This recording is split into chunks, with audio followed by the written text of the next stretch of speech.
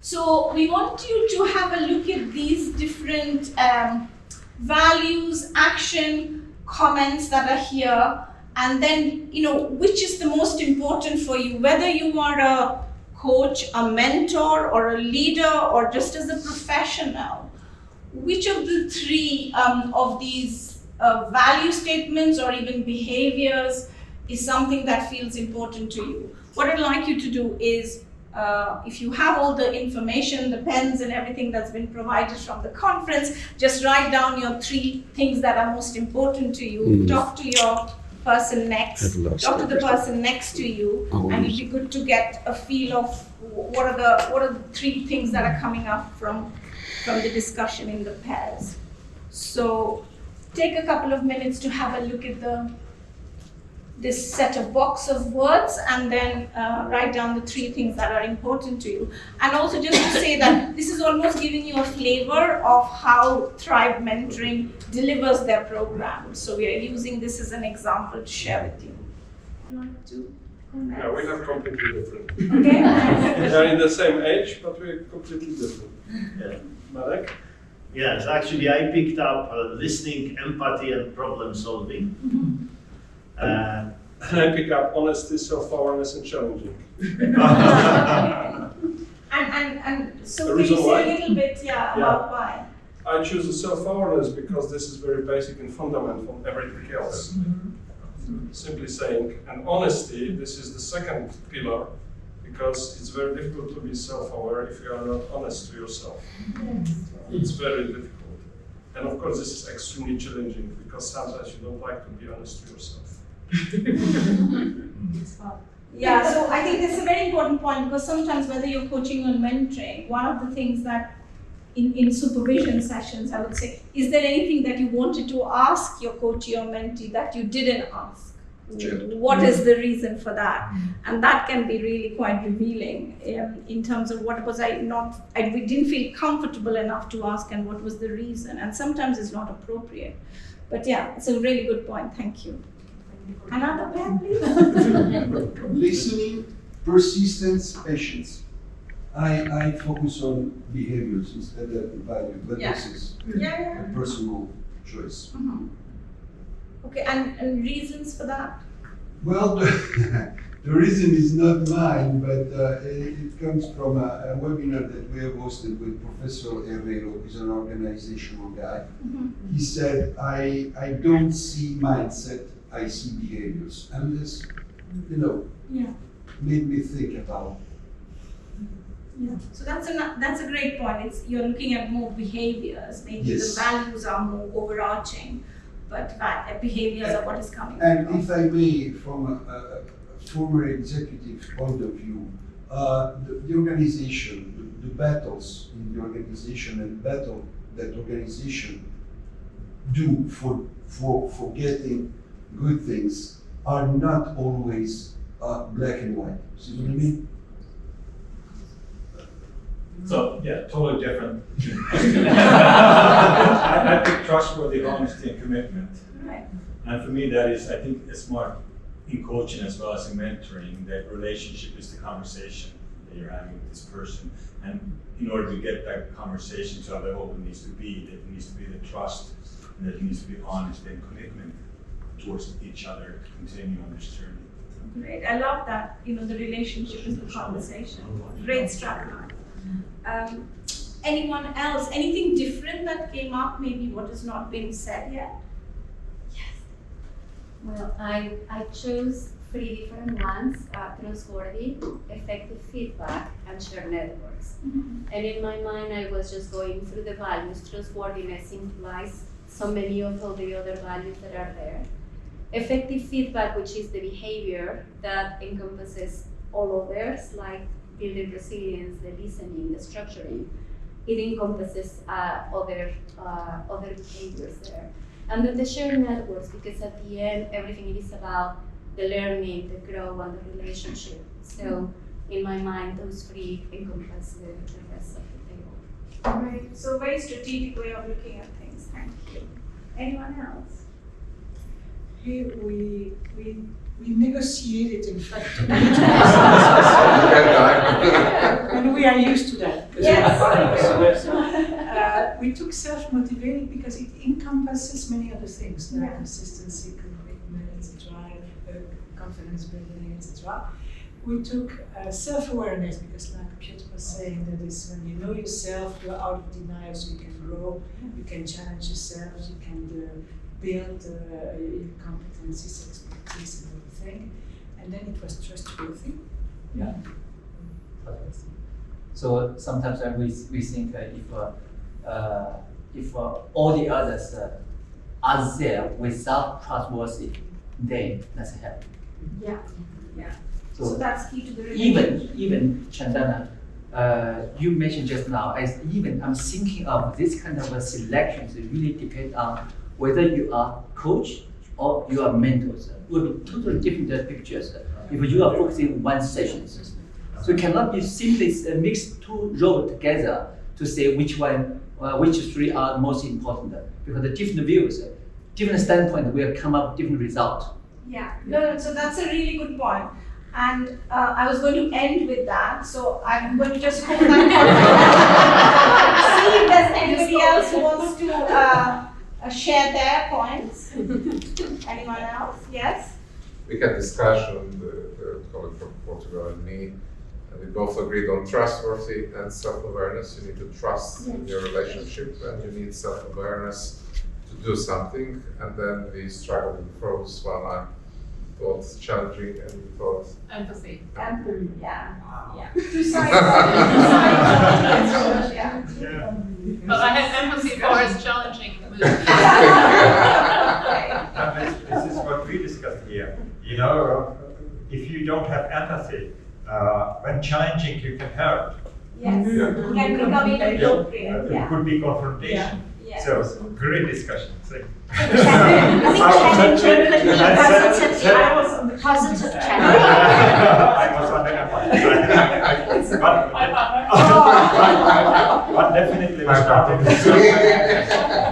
So this is actually a trick slide, right? It's a trick slide. This is a Because what we're trying to do in the mentoring conversation, and this is as a part of the mentor training, is really what you said, that these values, it's about what does the mentor and the mentee share, you know? So you as the mentor are going to say, these are the things that are important for me. And the mentee is going to share that too. So it's all about getting to know each other, our own preferences, and it's a conversation starting point, you know. It honestly doesn't matter what three are the most top for you, but if you have completely different things that are important for you, then you at least know that your mentee has a different starting point, you know, and from there on, you start building that relationship, you know, and then some of those issues will emerge. So what is your learning style, you know? It's not just, yes, feedback is important, but in which way would you like to receive your feedback, you know? How regularly, in which format, like you said, is it more challenging or nurturing feedback that works for you? So these are all in some ways like conversation starters,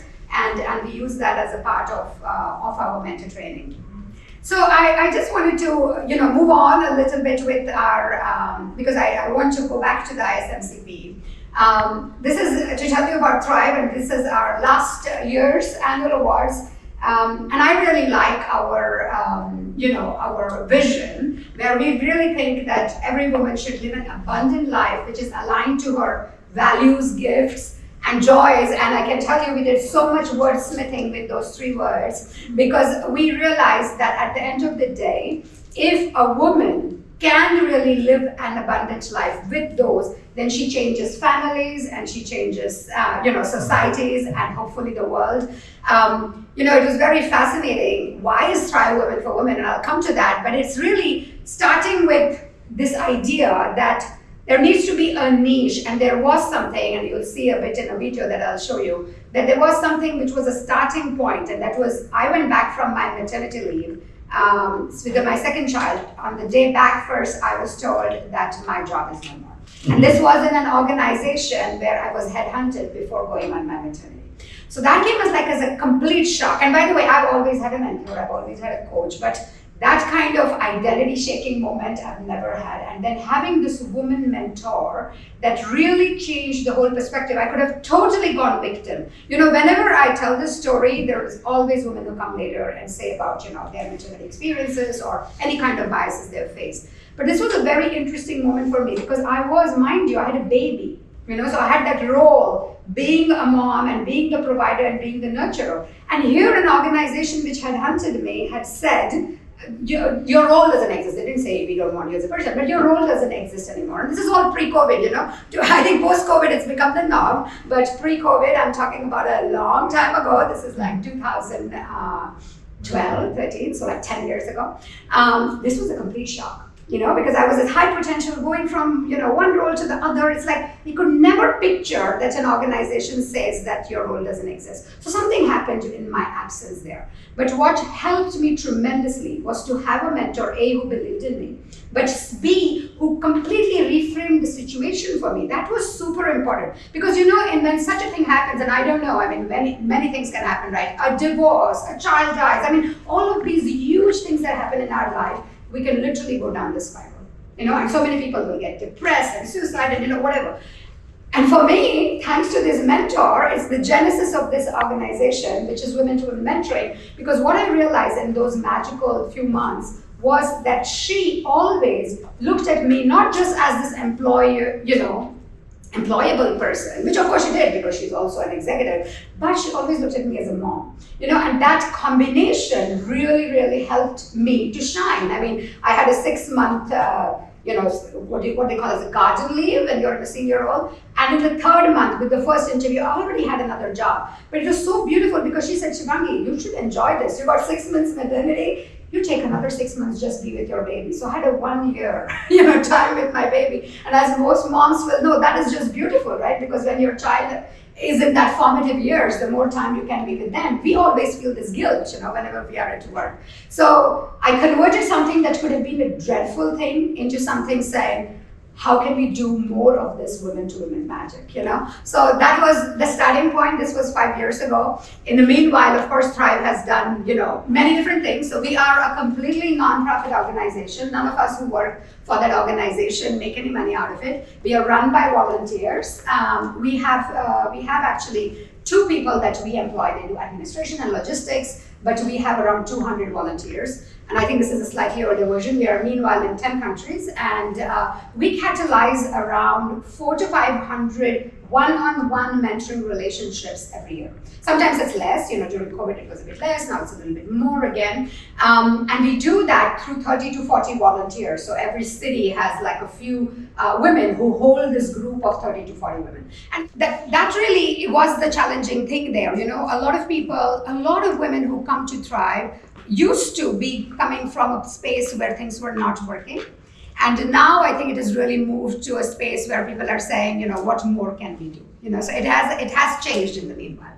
So we are in all those cities. As you can see, I'm of Indian origin. So India and Switzerland are sort of the base of that country, of that organization. But we are now on most continents and many different cities and always expanding. So we've won several awards, right? Now, this question around why is Thrive Women for Women? I am a believer, and I'm a coach, and interestingly, as an executive coach, most of my clients are men, because I do leadership coaching, and it seems that organizations are promoting a lot of men and sponsoring them to be coaches. So very interesting for me, this dichotomy, right? So women, why is this whole idea of women to women, why does it work? We have certain biases which are alive and well, right? We have to prove it again. There is this maternal wall, which I experienced myself. But the most challenging thing is this double bind that women face, you know, because a lot of us, actually, we must choose between liked and between being respected. Because if we are going to, you know, be very assertive and say what we think, then naturally, because I think, and by the way, the judgment is not just made by men, it's made by women too.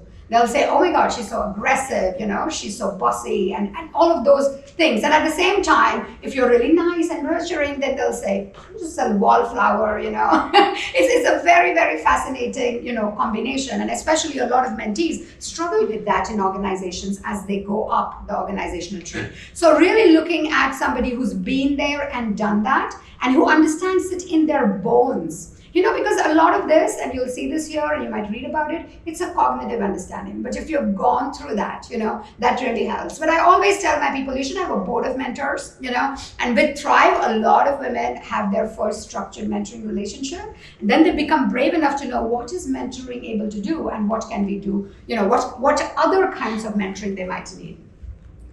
And this bias is what, honestly, we as an organization are trying to break. So many women come to Thrive saying, my biggest enemy in my organization is another woman.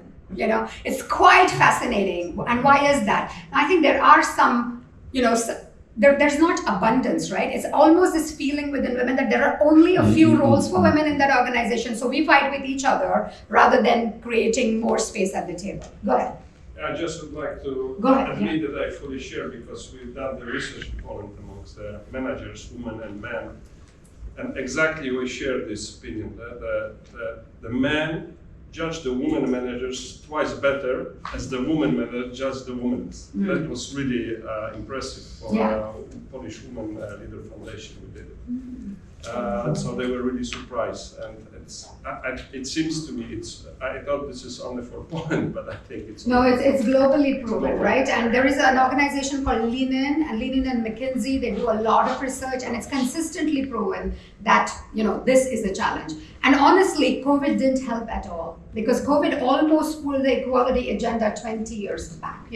They used to talk about equality in 2020s and 2030s, and now it's like we don't know when and we don't know how. So it's quite fascinating what a global pandemic, how it pulled back agenda. So we really believe that mentoring is an equal relationship, and that has been a bit challenging in some countries. For example, as I said, I come from India, and in India, the whole idea is that the mentor is there and I'm the mentee. So this whole idea of you look eye to eye has been a bit challenging in India, because we have mechanisms inside our organization that allow the mentee to give feedback to mentor, and that was very difficult in some cultures. And I believe that will be difficult in some other cultures also, within Europe or Africa or Latin America. So we are always looking at, but we say this is how you need to be as a Thrive mentor. Now, of course, in your cultural upbringing, whatever is going to work, we're not going to go and deny that. We don't even know what they're exactly doing, right? Because we are presenting them with formats, we are presenting them with ways of working, but we are not privy to their conversations. But we set standards and we do feedback. That's what we do, because we are a volunteer-based organization.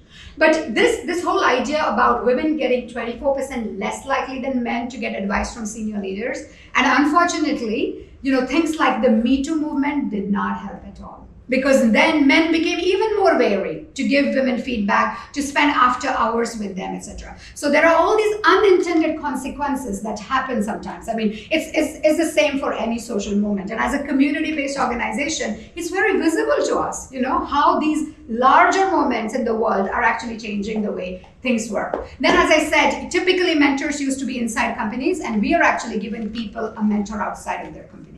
Because the whole idea that we propounded, and I must say this is all work in progress, because the whole idea was let a woman have a woman mentor, and all this other thinking is evolving, with people giving feedback. Go ahead. No, I can wait. Just a practical question. Do you supervise your mentors? Yes, and I'll tell you what the processes are. People are always saying that mentoring helps, mentoring will give you promotions, mentoring will do this, mentoring will do that. But it is a sad, I think, reality that people are a bit wary of in-company mentors. And I'll tell you why. Because it's usually a senior leader in the organization. Now, mentoring works if I can be vulnerable with you, if I can actually tell you what's not working with me. But you know what people do, what these mentees do? Usually, they show their chocolate side to the mentor, because they mix these roles of being a mentor or a sponsor, and I'll speak a little bit about that. And women, unfortunately, inside organizations, they are over-mentored and under-sponsored. So because they're not sponsored, they convert their mentor into a sponsor. So nothing works. They're not going to be a sponsor nor a mentor. So we take this whole conversation outside and say, it's a senior leader, but from other organization. So please don't be so bothered about showing how cool you are. Posturing, you don't need to do that. You need to show what's not working with you. And I think that has really helped, and that's why Thrive is very popular, because we are actually getting you a mentor who's a senior leader, but not in your organization. Mm-hmm. And that really, really helps, right? Mm-hmm. So this is sort of a mental model I created a few years back because I was very impressed with one work by Marshall Goldsmith and Sally Helgesen. Some of you might know that. It's a book called How Women Rise. And if you don't know that, I definitely recommend to read that. Those are some of the behaviors that you'll see in the book. So this whole idea was, we are engaging people in a 6-month mentoring relationship, right? These are not executive coaches. These are not certified people. These are people who are people managers. A typical tribe mentor has 15 years of work ex, okay? And they are people managers. That's what they are. But they're not. We are now starting with an accreditation, etc. But they're usually just people with very good intentions and very good at people management, but never been evaluated or supervised or things like that. So what we told them was, you could just work on that top level, on that foliage level of the tree. Whatever goals your mentee brings with, to you, just work on that, and that is enough. You've already done a lot for your mentee. If you wanted to go a bit deeper and for this tribe mentoring model, we call it the trunk, that is at the levels, like you were saying, of behaviors. And those behaviors or those habits are really proven by research. They are actually pulling back a lot of women, so you see there, we're very good at building relationships, but we do not leverage relationships. You know why? Because we think, you're my friend first. I'm not going to ask you for business, And I can see a lot of men shaking their head there because it's so normal, right? You're my friend. Can you please help me? That's like the first thing you would say to a friend of yours. But we as women don't do that because we think, oh my God, I'm going to use my friendship now to get business. It's quite fascinating the way, just the thinking models that we have, right? We, of course, have enough of the perfection trap. We love to dot our I's, we love to cross our T's, and it's very difficult then if you're a very good performer. Nobody wants you to get, let you go because you're so good, and then you actually stay there. We have this disease to please, we want to be liked, and I told you about this double bind. And then of course, and these are just 4 of the 12 behaviors. Too much emotions, too much disclosure. It's all like, oh my God, this is all too much, right? So how do you just temper all of that? And we encourage our mentors. We have a tool. So a lot of these things that we do, we converted it into a tool, and everything is offered to them. They can use as much as they want or as little. And around 20% of Thrive mentors are coaches, and they are accredited coaches. They do coaching as a business. So they do their pro bono work through Thrive because this is voluntary, right? So they will actually go deeper, to that level of identity, values, and beliefs, and etc. But we tell our normal mentors, it's a can of worms, do not go there because you don't want to just have these conversations and then leave them, right? But this is the more like legacy program, and I'll tell you more about what, the next program we are launching. So this is like the 6-month journey that we do. We have a big launch event. We get these 40, 50 women in a room, and we don't say you're the mentor, you're the mentee. We actually, based on their earlier, needs, the needs of the mentee and the strengths of the mentor, we pre-match each mentor with 3 mentees and each mentee with 3 mentors. And I think that is the magic sauce for all our relationships becoming so successful, because there are a lot of mentoring programs in the world, but most of the times, inside or outside organizations, especially if it's voluntary, you ask them, how is it working? Most of them fizzle out because they actually just do a paper match. We do a paper match, we give choice, and then we do an in-person, or during COVID Zoom, but we've gone back to in-person again. And we ask each mentor, out of the 3 mentees you met, who's your top 1, 2, 3? We ask the mentee the same question. We have an algorithm, we match them, right? That's why we have almost a 95% completion rate of those relationships. And of course, my job, because I do a lot of these launch presentations still, is to keep telling them, any mentor is good. Any mentor is good. I keep telling them that because of course not everybody is going to get their first choice, right? Yeah. So I keep telling them, depending on the mentor, you need to switch your mentoring goals, But sometimes you may not get along. Some mentees will end up with their choice number 3.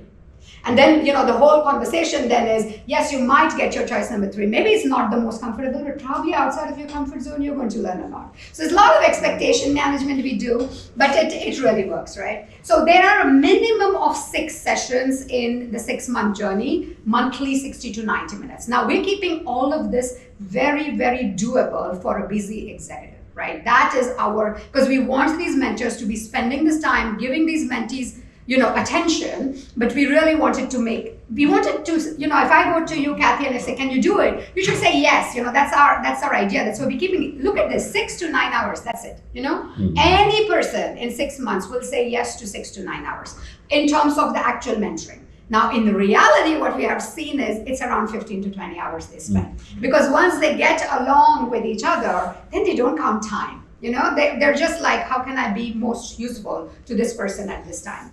So what we do in terms of support, and when I say we, as I said, in Thrive we have, me and my core team, which is around 7 people, and we are in 7 countries. And then there are these local cohort leads or chapter leaders. These are the most important women.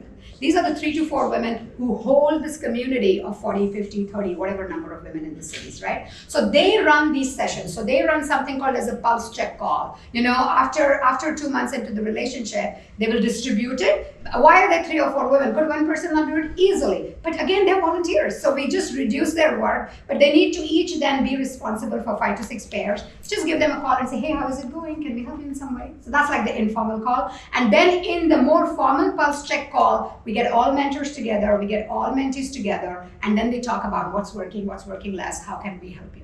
In the middle of the journey, we do something called as a power networking event. And I'm always amazed when we are in these kind of situations, we are standing there, and how I wish I could go and speak to so many people, but I don't know if you feel that, right? You have the tendency to go and just speak to somebody you already know. And we are actually trying to avoid that. So we structure our networking in such a way that people, these amazing women that we got together, can benefit from each other. So we play some networking games, and they love these sessions, right? And at the end, we have a closure event where we give the certificates, they share about the highlights of the relationship, etc. So we are holding this with these 3 usually in-person group events. And then in between, we have these pulse check calls. And starting last year, because we've been around for 5 years, right? Starting last year, we have started this peer mentoring sessions. So again, we put only mentors together, only mentees together. And those of you who know action learning or the case study clinic, that's done by Otto Scharmer, we're using that kind of methodology to bring your leadership challenge and benefit from your peers. So it's done for mentors only, mentees only. And as Chandana was saying, that's what we're trying to do. Yes, there is a mentoring program, but the community building is happening across all of those elements. To be honest, in Thrive, for the last 5 years, I can say the one-on-one mentoring relationships pretty much from the second year are working really well. It's the community piece, which is much more challenging for us because we're trying to, one-on-one, you develop a relationship, you're going to do that. But how about these people with whom you have very few touch points? How do we bring you together? That has been a much bigger challenge for us. So as I said, we do this at the launch event, as I told you, with the 3 matching pairs, etc. This is an on-demand training. It is on teachable.com, a platform that we use. We used to have YouTube, and then we had some mentoring software called Mentority. We've gone through all these iterations, and finally now we are using this e-learning platform called teachable.com, where there is all this on-demand training for mentors, and mentees just get it in the form of documentation. And pulse check calls, power networking, as I mentioned, peer-to-peer mentoring, where it's really about deeply working on a few leadership challenges, and you will actually learn from each other.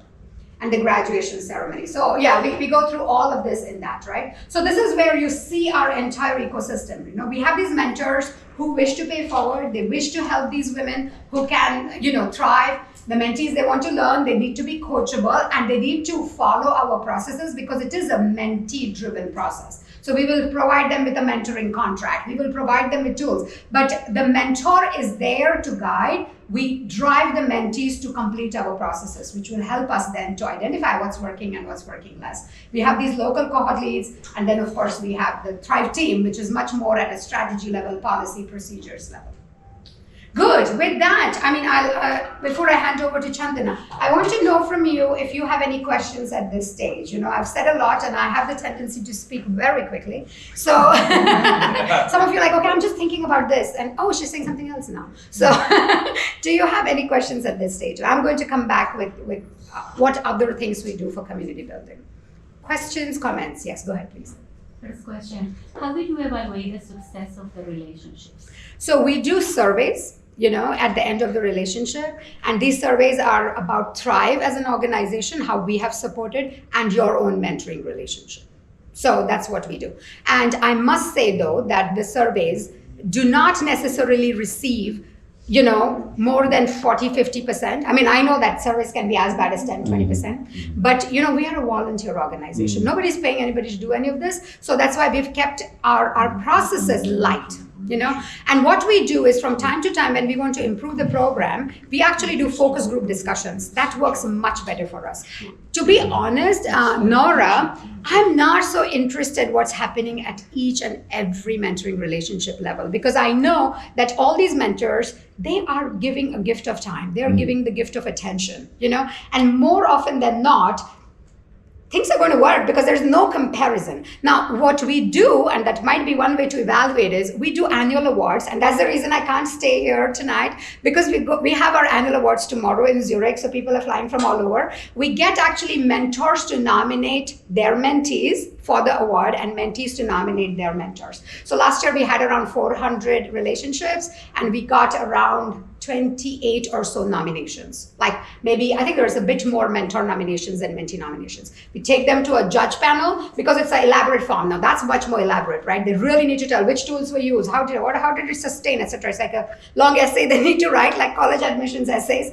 And they really write all of that, and then the judges say, and you know, it's a big deal for the people who actually win these awards. So for example, last year I know the mentor of the year, the lady who won that award, she was a quieter person, you know, and she's been in an organization for a really long time, and she did this, and then after she won the award, she got like heavily promoted in the organization and in her own organization, and then she could take our program and bring it to her organization. Of course, then she made it gender neutral. So there are these awards when they win them, even the mentee, when they win the award, you know, because mentee award winning is much more about how much have I shifted myself, how much have I learned, how have I used it, you know. It really creates a sense of confidence and boosting. Now, of course, there's only an award winner and a runner-up, right? But there's so many nominees. So we really keep promoting our nominees a lot. Social media attention, like Jay was saying, visibility, you know, we increase their visibility. If you're on LinkedIn, you will see we're very, very active, you know, because all we do is community. You're a global organization and you chose events in person. What's the thinking behind and how do you nurture your global community? So there are two things we do. We do in-person events at the level of the city. You know, so at the moment, 16, 17 cities, they will run those. But as Thrive as a global organization, we do a lot of online stuff. And I'll show you. So almost every 15 days, we will run webinars. We were, I think, in March 2020, the first organization that at least I know of that started running series of webinars, because we were very eye-friendly to begin with, you know, so we just started these webinars and we have these amazing mentors. So during COVID, we launched a program called She Thrives. We got 15 of our mentors and we said, actually, anybody who wants to apply, even if you're not in a Thrive city, we will run a 6-month helping program for you where we will do things like how to update your CV, you know, how to get your LinkedIn profile done, how to do interviewing skills, etc., which is going far beyond mentoring, right? This is not linked to mentoring. This was linked to women really suffering, losing jobs, being put on, you know, hold with their jobs, being made redundant, etc. We got hundreds of applications, like even in countries like Australia and US where we don't exist, but that was a need. You know, that was really a need. And then we had these mentors doing these sessions in closed and open rooms. We do a lot of LinkedIn live sessions. One of my challenges, and you'll see there and we'll speak more about it, because this is the book. This is the first book of Thrive. It's actually being launched tomorrow, so you get a preview. It's called Unstoppable, and this has the stories of 20 transformational mentoring relationships. And there is a big reason why we have this book. You know, some of you on your desks, you might have found this. We have an impact document. We do a quarterly magazine. Everything that happens in the magazine is actually written by our community, right? This we have been doing for almost 5 years. The first time we printed it was last year, and so many of our community got to know about it then. This is the 10th issue, but they realized it first time that Thrive was actually publishing. That this is a challenge in our digital world, I think. When you see something, you know, physically, it registers differently. It's like us, you know, we are in Zoom calls, and I say hi to you, and you say hi to me, and we're connected on LinkedIn, but I don't really know you, you know? And I think that's why we're using some of these physical elements. Thank you very much and congratulations for this mentoring scheme. I was looking something for a project that I started in Croatia. Basically what we saw, we had women who are unemployed, about 50 years old, in rural areas of Croatia. They stay on benefits for the rest of their lives. So basically we started a program called WISH to employ them. We give them minimum salary. And 13,000 of them are already in the program, providing daycare for the 40,000 elderly citizens. Now for the best of them, we are looking how to make a mentorship program for entrepreneurship and help them to start their own business in rural tourism, especially rural parts and all. So some of these schemes that you present, thank you very much. I think will be quite beneficial. We should definitely talk. So last year, Thrive with, for those of you who know Impact. Impact is an organization that's present in 70 countries and they do social entrepreneurship. So we partnered with Impact to launch another program called Empower Her, which is about helping women, but they were not unemployed. They're working women who want to start their own businesses, and when they go into the startup ecosystem, at least in places, we started it in Switzerland, it's completely male dominated, They're not able to find the words. There's so much data that proves that less than 2% of VC funding goes to women businesses and so on, right? So we've dabbled into this entrepreneurship, but what we realized is with our volunteer scheme, it really makes sense much more to stick to working women or women who are in transition who want to work, because women who want to start their own businesses, and you'll see that you just have like a gamut of things to learn, and there it becomes quite challenging to do it just on a voluntary basis, unless, and this is I think the challenge with Thrive, we are not funded, and so far in some ways I would say it's my own doing that we have not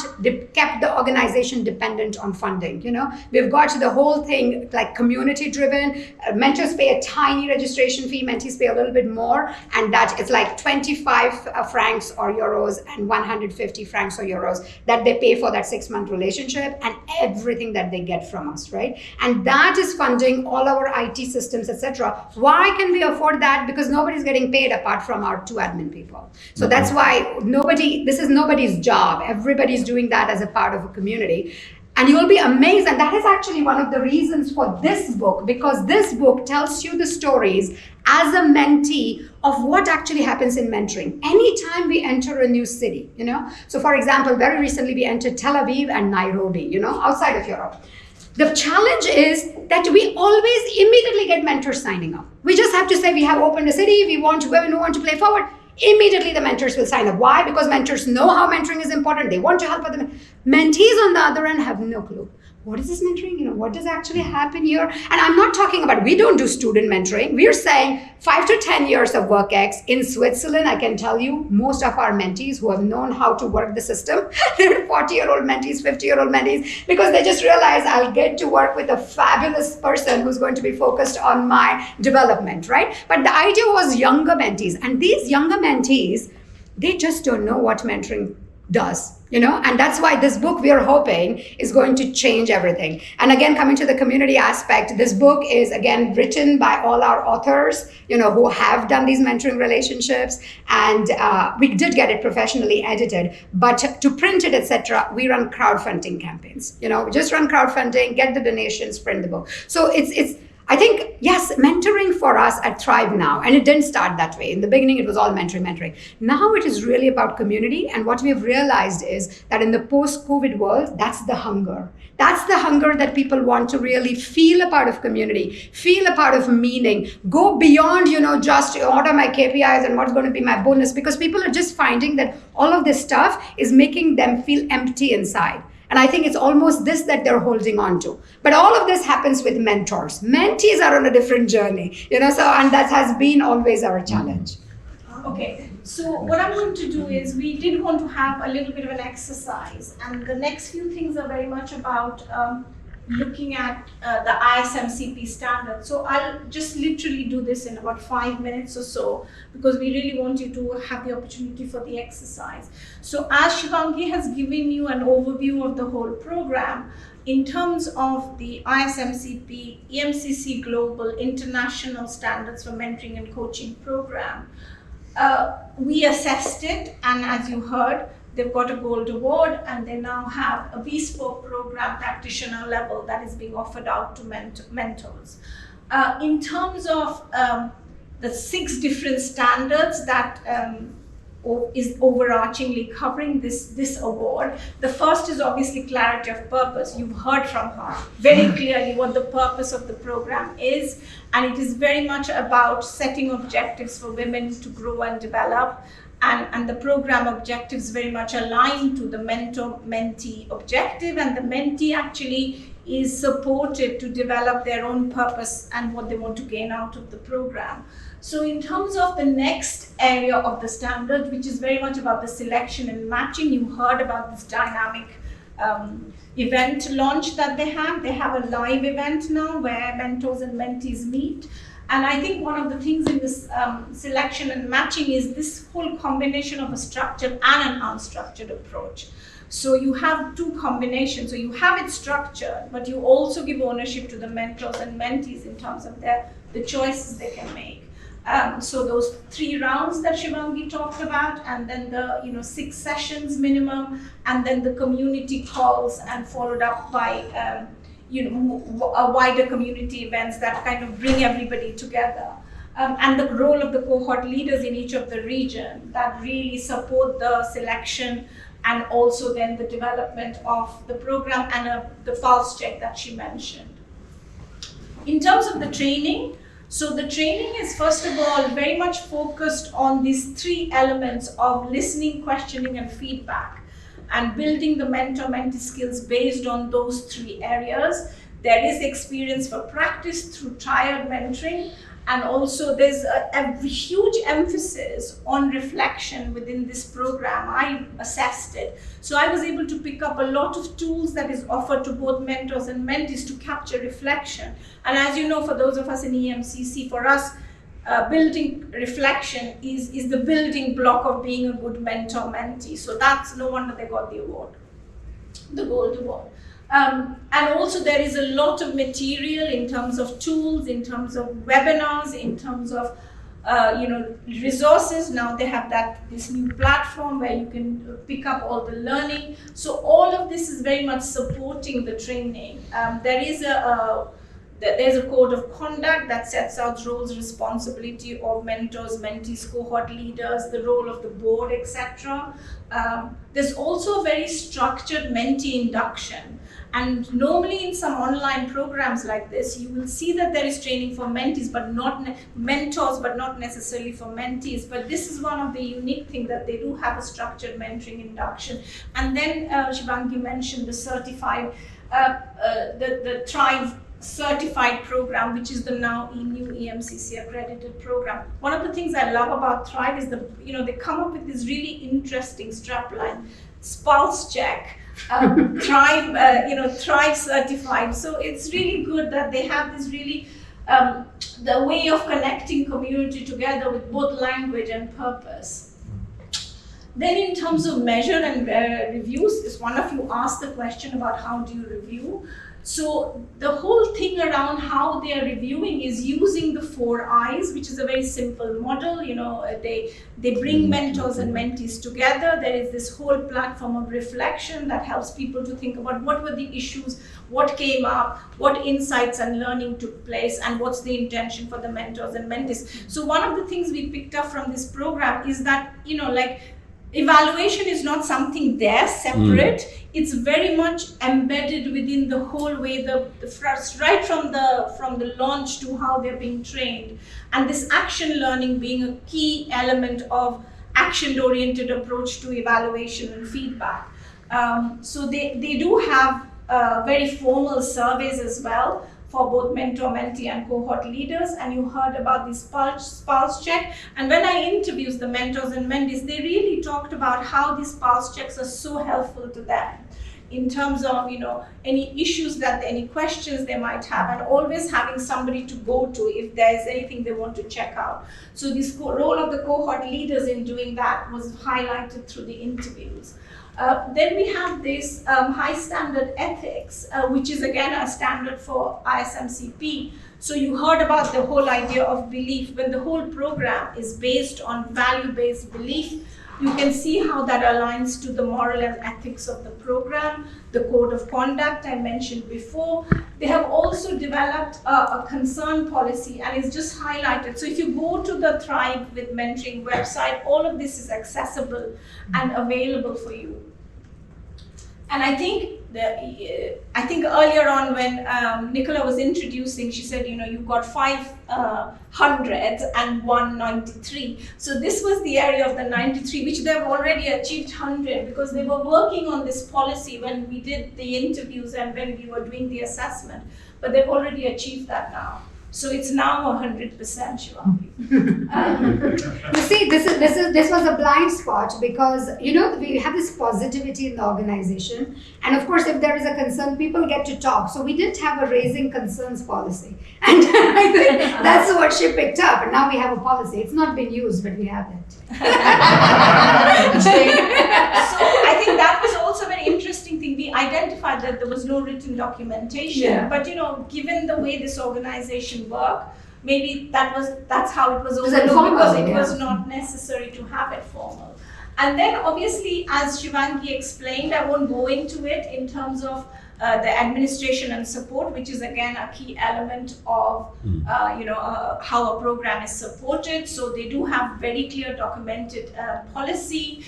There's these volunteers who are so committed to the program. You have the cohort leaders you've heard. They have an identified accreditation lead to support, and the person who really worked on developing the program and working with us in terms of the assessment.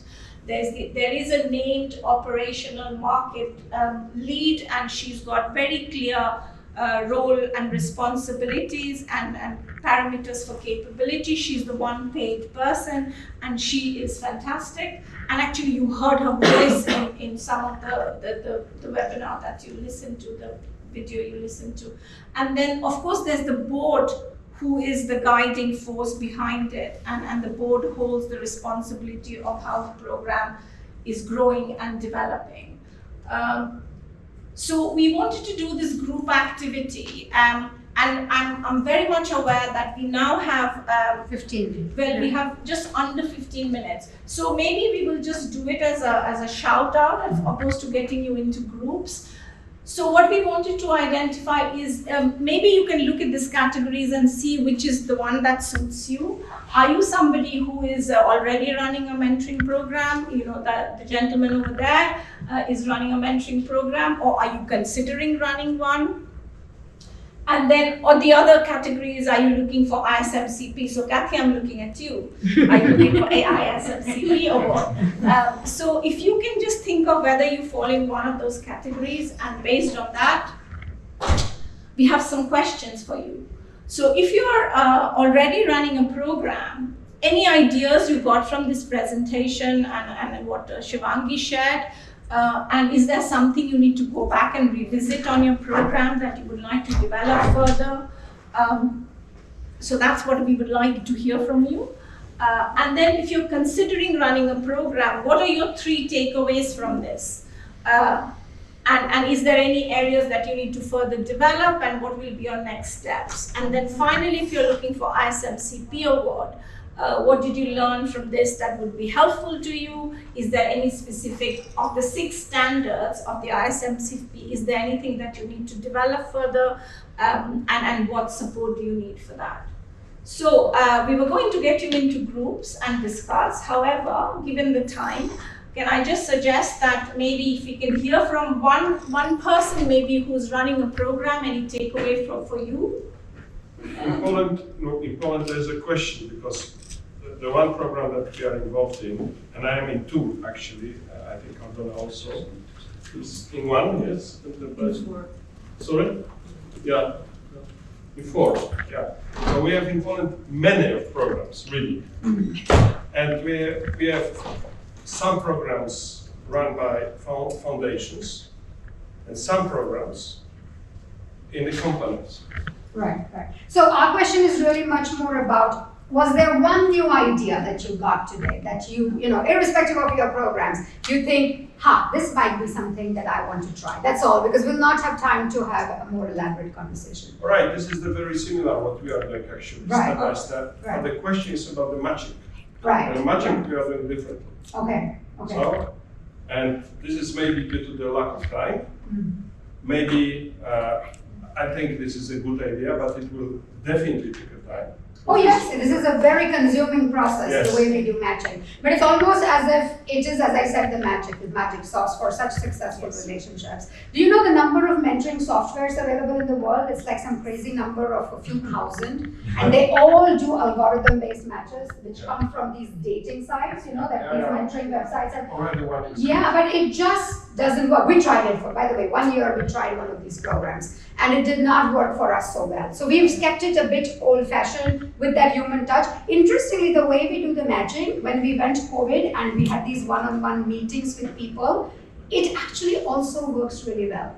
What's important is not that in person, of course in person is great, but just getting the person to talk to another person 3 times, that alone makes a huge difference. So yeah, matching, we have remained old-fashioned, but that's by choice, not because we don't have access to these. Now this is extremely important. However, we have a good ratio of Yeah. the matching, something in some program 90 something, sometimes 85%.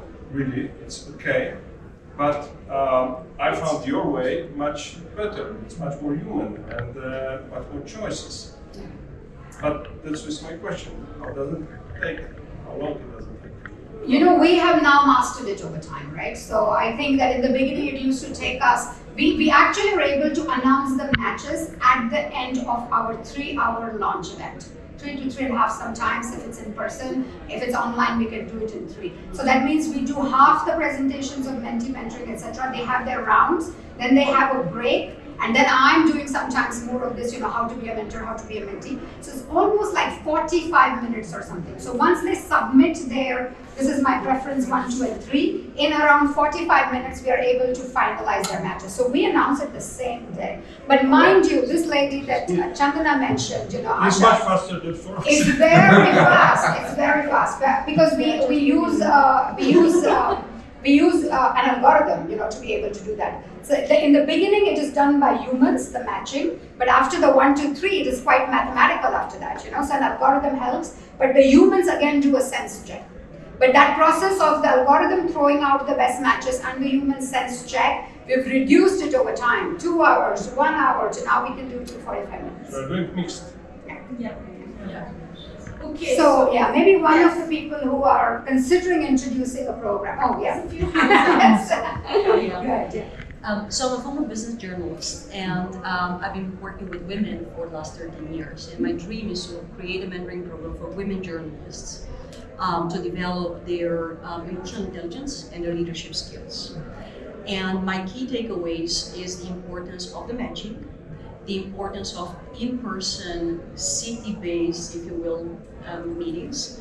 That's going to be language relevant as well. And then there's importance of the measurement afterwards and of putting all those structures into place to nurture the relationship, if you will, long term. So thanks a lot of inspiration. Thank you. And thanks for bringing the language issue up, because we were going to China and then they said we wanted the website in Chinese and we were like, oh, we're not sure we're ready for that. But we have converted the whole website in French, because we do realize that in Paris to go with English is not a great thing. We've done it for the last 3 years. We already have 3 cohorts, but it's not growing. The program is not growing because they really want their information in French. And nowadays with artificial intelligence, it's not so difficult. So we have a French version that will launch next year. But we are not going to go to 25 different languages and things like that. You know, English will still remain what we have always said. So when we go to Munich, for example, if the mentor and mentee are both German speaking, by all means have your German. As long as you can have understanding of what we are providing. Of course you do your mentoring in your local language, right? But some languages we realize, and French is not just for France, it is also for Algeria, Morocco, you know, that's where we want to go, because that's where I think we can really support with the language. Yeah. So we've got 5 minutes left. I wanted to bring in Kathy, and please, I'm just not selecting her, but I know that she's considering ISMCP, so I wanted to just finish off with you really. Any takeaways for you, Kathy? Yeah, I loved it and everything resonates with me. I have a mentorship program for nurses and midwives around the world, and I have representation in over 50 countries. I think one of the key things that I took away from this is, as I'm growing, how do I give this out to other people? And I love how you have identified key stakeholders that are really responsible for cohorts in their you know, Yes. definite country. And something else that I picked up, we've matched our mentees outside of their own country, Right. which has built some safe space to share, etc. And then I gasped at the amount of documentation and policies and procedures that I kind of Doesn't went, take oh much my time, god, trust that's me. the You next can big destroy, work. take hours, tweak them, and use them. Yeah, But you find the website helpful. Yeah, you will. Yeah. And I'm happy to talk to you. yeah, but well done. Thank because you, thank you. I know the well work done. that's gone into this, and it's highly admirable, and the detail of what you've done, and again the funding piece, which is an area that I'm sitting in right now, and that I've millions of questions, but I want to acknowledge the work that's gone in here, and you sharing the vulnerability without the funding, and getting people on board, and you tell an incredible story, and that's why mentors believe in you, and that's how you're able to give back and spread into the community. So I just want to say well done, you're an inspiration. Thanks, Rachel.